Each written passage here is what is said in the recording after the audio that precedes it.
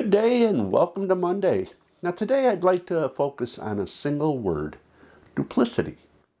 This seems to be a word that runs through both readings, and it's used in both of the readings in a fairly similar way.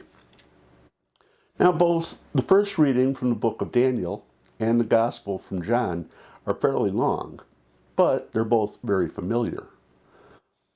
Now take a little bit to read through these and think about them as if you've never heard them before. This might help to pick up a few details you might have missed over the years.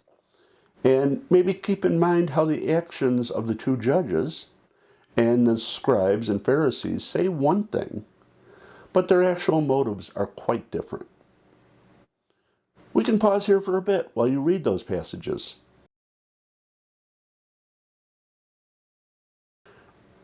Duplicity is an act of lying, basically.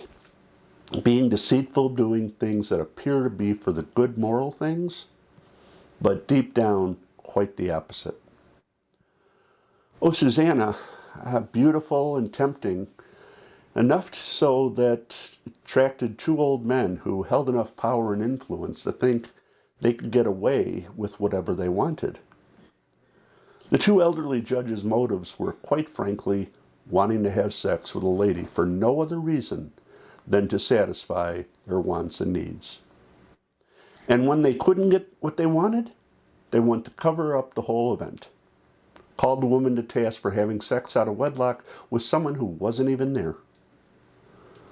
Fully made up and fictional, yet the position of these men had allowed them to almost get away with it.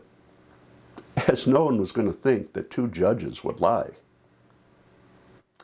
God, though, knew. God knows the thinking and the movements of the hearts. God recognized that they were thinking with other parts of their bodies, and then turned everything over and blamed Susanna.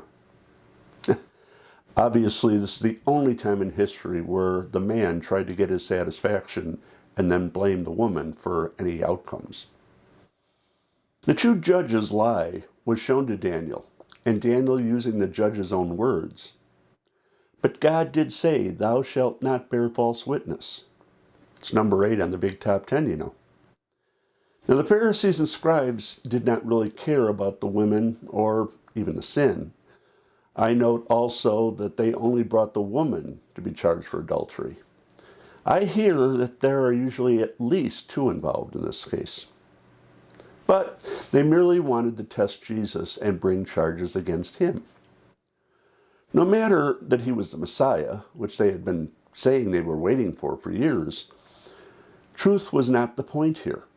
It was to win a battle. And a battle they certainly had no chance of winning. Duplicity.